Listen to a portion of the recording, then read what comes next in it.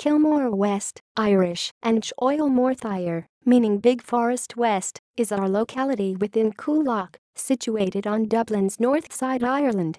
Located in the Dublin 5 district, it borders Santry, Beaumont, Artane, and other areas within Coolock. It is part of the larger Kilmore area. Kilmore West has national schools for both boys and girls, Scoil Fhursa and Scoil, respectively. It also has its own parish and Roman Catholic Church, St. Luke the Evangelist, with the parish priest being, 2016, Fr. Pat Littleton. The full RC parish name is Kilmore Road West, the original townland of Kilmore Big being entirely to the west of the Kilmore Road, in Artane.